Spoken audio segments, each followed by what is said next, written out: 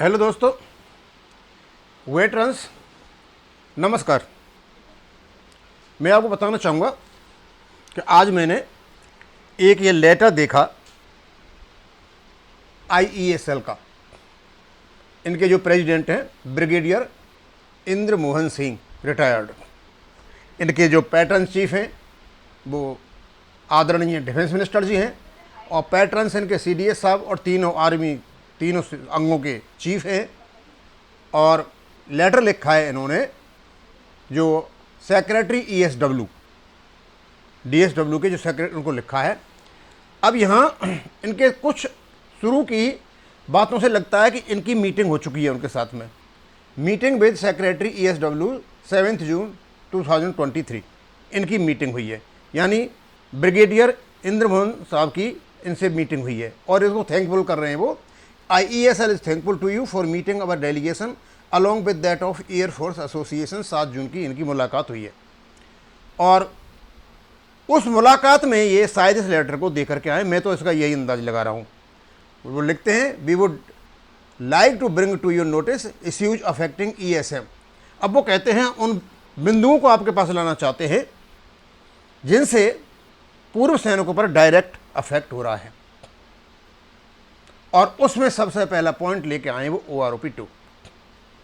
अब मैं तो समझ नहीं पाया कि जंतर मंतर पर JCOR के प्रतिनिधि एजिटेशन कर रहे हैं और बार बार इनसे कह रहे हैं कि आप यहां नहीं उलझें, आपका काम उलझने का नहीं है।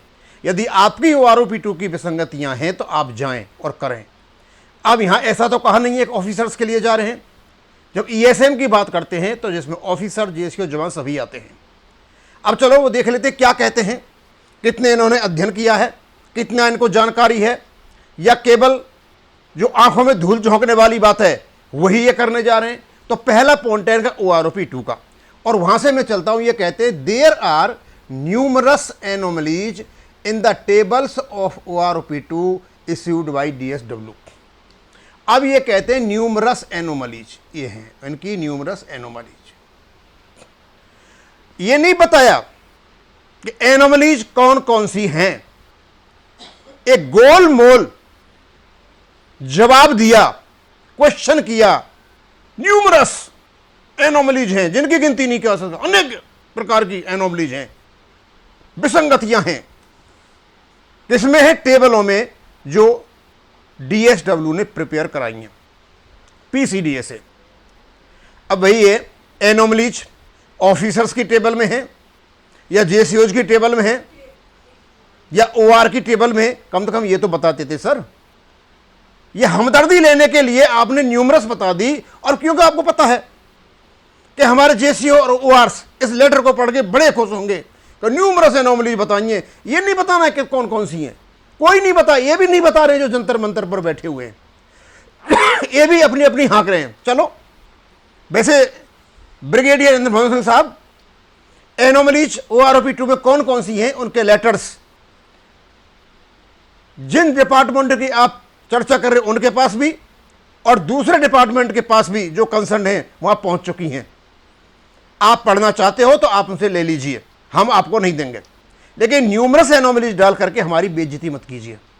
या तो आप बताइए कि एनोमलीज कौन कौन सी हैं, अदरवाइज आप चर्चा नहीं करें। और मैं सर आपको बता दूं, शायद आपको पता नहीं होगा, आपके सारे ब्रिगेडियर्स और कर्नल्स जैसे ही OROP 2 की टेबल आई और ये हल्ला गोल्ला हुआ, लोगों में अशांति पैदा हुई, तो आपके कर्नलों के एक ग्रुप ने, जिनमें ब्रिगेडियर भी शामिल थे और मेजर जनरल भी शामिल थे, एक नैरेटिव सेट किया आप लोगों ने कि JCO OR को 2013 में नोशनल मैक्सिमम से पेमेंट हो गया था OROP में, इसलिए उनकी पेंशन नहीं बढ़ी। आपने इतना बड़ा झूठ बोला, इतना बड़ा फरेब किया, और क्या अब भी आप फरेबी करना चाहते हो? आपको पता है कि जब 555 सर्कुलर आया था एवरेज वेस्ट, उससे पहले JCO OR और इवन आप भी नोशनल मैक्सिमम से पेंशन ले रहे थे। यदि नोशनल मैक्सिमम ज़्यादा होता तो एवरेज वेस्ट कम होता, लेकिन नोशनल मैक्सिमम के सर्कुलर 430 और 501 हैं, लेकिन 555 और सर्कुलर में जो अंतर है पेमेंट का वो 10,000 करोड़ का है। लेकिन आपने झूठ बोला। उसके बाद यही झूठ मेजर जनरल सतवीर सिंह साहब ने लगातार 9 साल तक जंतर मंतर पर बैठ करके बोला और लोगों को बहकाया कि इसको OROP को नेशनल मैगजीम से दिया जाए। सर, आप में सही कौन था? आपके ही ऑफिसर्स कहते हैं कि नेशनल मैगजीम से पेमेंट होगा इसलिए इनको नहीं हुआ। मेजर सतवीर सिंह साहब नेशनल मैगजीम मांगते हैं और ये जंतर मंतर पे बैठे हमारे श्रीमान ये कुछ नहीं कर रहे हैं, ये केवल फरे पर धोखा कर रहे हैं और पैसा इकट्ठा कर रहे हैं। इनकी कल मैंने इनफाइटिंग देखी थी आपस में ही जो साबका के लोगों में, मैं तो अचंभित रह गया। ये एक्स सर्विसमैन है, ये आपस के संबंध में इन लोगों के। अब तुम्हारे बारे में मुझे कुछ नहीं करना है, तुम्हें सिर फोड़ना है सिर फोड़ो, जो करना है करो, तुम्हारा आंदोलन हमारे कोई काम का नहीं है। या तुम आंदोलन को काम का बनाना चाहते हो, 2 काम कर दो, MSCP का केस डाल दीजिए और आप में हिम्मत है तो 3 जजों की कमेटी नियुक्त करा दीजिए और तुमसे कोई लेना देना नहीं है। मैं तुम्हारे बारे में बात भी नहीं करूंगा।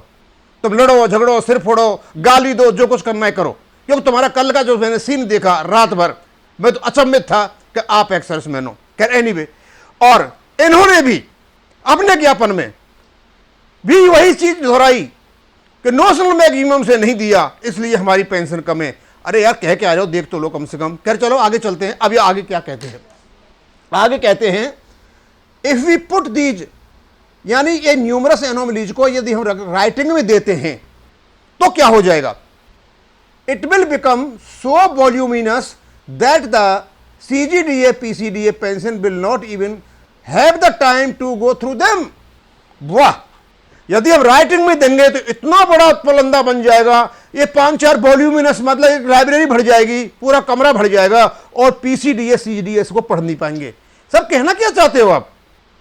क्या कहना चाह रहे हो? मैं समझ में नहीं आ रहा है, हमारे तो दिमाग से ऊपर निकल रहा है। अरे सर, 10 पेज में हमने बहुत अच्छी तरह से सारी एनोमलीज बता दी हैं और फैक्ट के साथ फिगर्स के साथ बता दी हैं।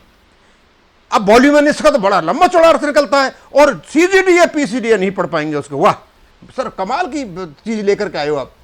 आई सजेस्ट ए मीटिंग, आपको मीटिंग चाहिए। Be ordered between basic flaws in present preparing table को बनाने में जो बेसिक प्रिंसिपल्स का फ्लॉज हुआ है उसके बारे में अध्ययन करें। अब मीटिंग किस किस के बीच में हो? मीटिंग होनी चाहिए साहब PCDA pension, service headquarter, ICL। क्यों सर, आपने कोई ठेका ले लिया है क्या? क्या आप ही हो बात करने के लिए? क्या आप ही जानते हो कि दूसरा जानता नहीं है बात करना? आपको JCOR की पेंशन की विसंगतियों के बारे में बात करने की कोई जरूरत नहीं है और आप बात करें भी नहीं।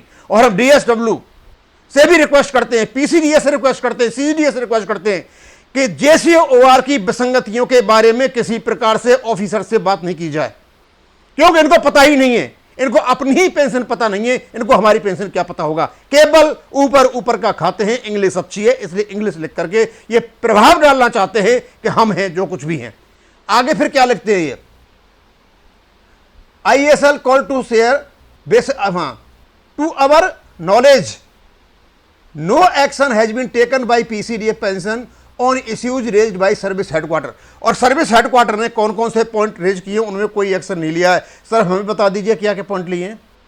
सर्विस हेडक्वार्टर कम से कम ये लगातार बताता रहे, जंतर मंतर पर हमारे सेक्शन में बैठे हुए हैं, दूसरी जगह बैठे हुए हैं, रेगुलरली आपस में प्रकाशित करते रहो, पब्लिकेशन करते रहो, आपने क्या क्या स्टेप उठा रखे हैं, तो कम से कम सर बता तो दो कि क्या ले रखे हैं। हो सकता है आप बड़े अधिकारी हो, आपको पता चल जाता हो, लेकिन हमें तो सर पता नहीं चलता।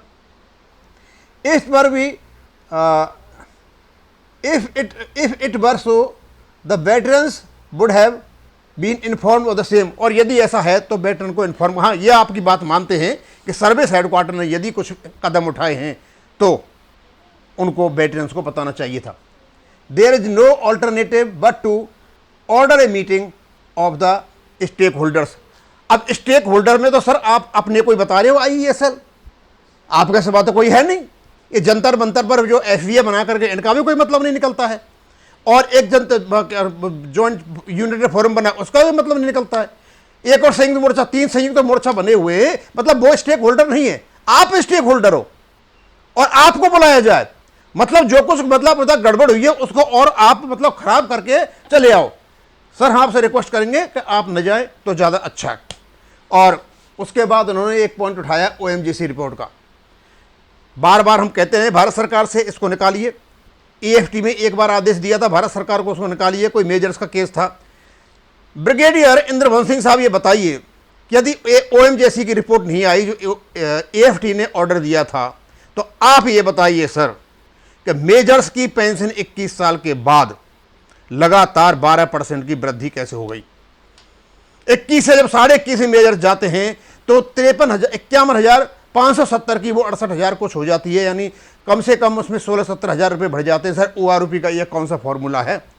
आप बैक डोर से अपने काम कराते हो, सामने से आप घड़ियाली आंसू बहाते हो कि आप हमारे लिए हो, लेकिन नहीं हो आप हमारे लिए। आप मिलकर के काम करते हो, आपका काम हो चुका है। ओएमजीसी में आपने अपना कुछ भी नहीं छोड़ा है। जो ऑफिसर्स के लिए रिकमेंडेशन थी, आगे पीछे करके बैकडोर करके रिकमेंडेशन आपने सारा लागू करा लिया है। उसमें लागू नहीं हुआ है तो केवल जेसीओ ओआर का नहीं हुआ है, और वो लागू नहीं होने का कारण के पीछे भी आप ही हैं। यदि जिस प्रकार ओआरओपी 2 की टेबल आई थी, जैसे ही आप इस बात को संभाल लेते तो जेसीओ ऑफिसर में दरार नहीं पड़ती, जेसीओ ओआर में ऑफिसर में दरार नहीं पड़ती। इतना विश्वास का जो गिरावट हुई है, ट्रस्ट डेफिसिट, ये नहीं होता, क्योंकि सारा का सारा आपने जो रुख अपनाया था उस रुख की वजह से सब कुछ हुआ है। उसके बाद चलते हैं साहब ओएमजीसी की रिपोर्ट।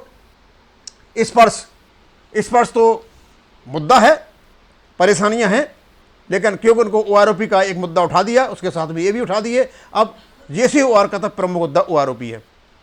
स्पर्श चल रहा है, पेंशन आ रही है, चल रही है। उसके बाद ईसीएचएच, ईएसएचपी है, और एक enhance rate of family pension जिनकी 79 ईयर्स हो जाती है, कोर्ट में जा रहे हैं, उनको मिल रही है, दूसरों को नहीं। यही पॉइंट आपका बढ़िया पॉइंट, आपके सारे अच्छे हैं, लेकिन हमारा काम है केवल और केवल, हमारी इच्छा है केवल और केवल कि ओआरओपी की जो विसंगतियां हैं उनको प्रॉपर तरीके से उठाया जाए। लेकिन आपने तो काउंट कर दिया ना, न्यूमरस एनोमलीज हैं। यदि हम लिखित में देंगे तो कमरे भर जाएंगे, लाइब्रेरी भर जाएंगी, पीसीडीए सीजीडीए पढ़ नहीं पाएगा। यानी ऑलरेडी उनको डरा रहे हो आप कि आप मत करो, तुम्हारे बस की बात नहीं है। ये जंतर मंतर पर लोग बैठे हुए, बैठे रहने दो, अभियान चला रहने दो, आप आराम से बैठो। कह देना बहुत ज़्यादा काम है, ये काम नहीं होना है, गवर्नमेंट ही कह देंगे इनसे काम नहीं होना है। सर इस प्रकार की हरकतें न करें आप जेसीओआर को तो आप छोड़ ही दें, क्योंकि जेसीओआर अब आपका विश्वास नहीं करने जा रहे हैं। हम चाहे लड़ें, हम चाहे आपस में गाली दें, हम चाहे आपस में गोली चलाएं, चाहे मरें और चाहे जिंदे रहें, आप अपने आराम से रहिए, जेसीओआर की तरफ मत आइए। आप ये अपने को संभाल लेंगे, क्योंकि अब तक लीडरशिप आपने की थी, सब हम ये पीछे थे। ये लीडरशिप के सारे जो जितने गुणाभाग होते हैं नहीं जानते थे, अब ये धीरे धीरे जानने लग गए हैं, और मुझे लगता है कि सारे जान जाएंगे और सब इकट्ठे भी हो जाएंगे और एक जगह भी आ जाएंगे, और अपनी बात को ये मजबूती के साथ रखेंगे भी और मनवाएंगे भी। यहाँ नहीं मानेंगे तो कोर्ट में भी मानेंगे। और मैं बता दूं, आप बात करो या मत करो, केवल एक ही पॉइंट रह गया है भारत सरकार के पास, वो है एमएसपी का, और सारे केस कोर्ट में जा चुके हैं। एमएसपी का जा चुका है, 6200 वाला केस जो एक्स का वो भी जा चुका है। एएफटी में बहुत सारे केस ऑनरेरी नायब में चले हुए हैं, ऑनरेरी लेफ्टिनेंट कैप्टन केस वहाँ पर चले हुए हैं, और भी कई चीज़ें हैं जो चली हुई हैं कोर्टों में, वहीं से सुलझेंगी। आप नहीं सुलझाओगे, आप इनको उलझाने के लिए आप मीटिंग मांग रहे हो। आप मीटिंग खूब लीजिए, आप अपनी बात करिए, जेसीओआर की बात आप अपनी मीटिंग में नहीं करें। मीटिंग हो डीएसडब्ल्यू तो जेसीओआर के संगठनों के साथ हो। बस मैं यहीं ख़त्म करूँगा। थैंक यू, धन्यवाद।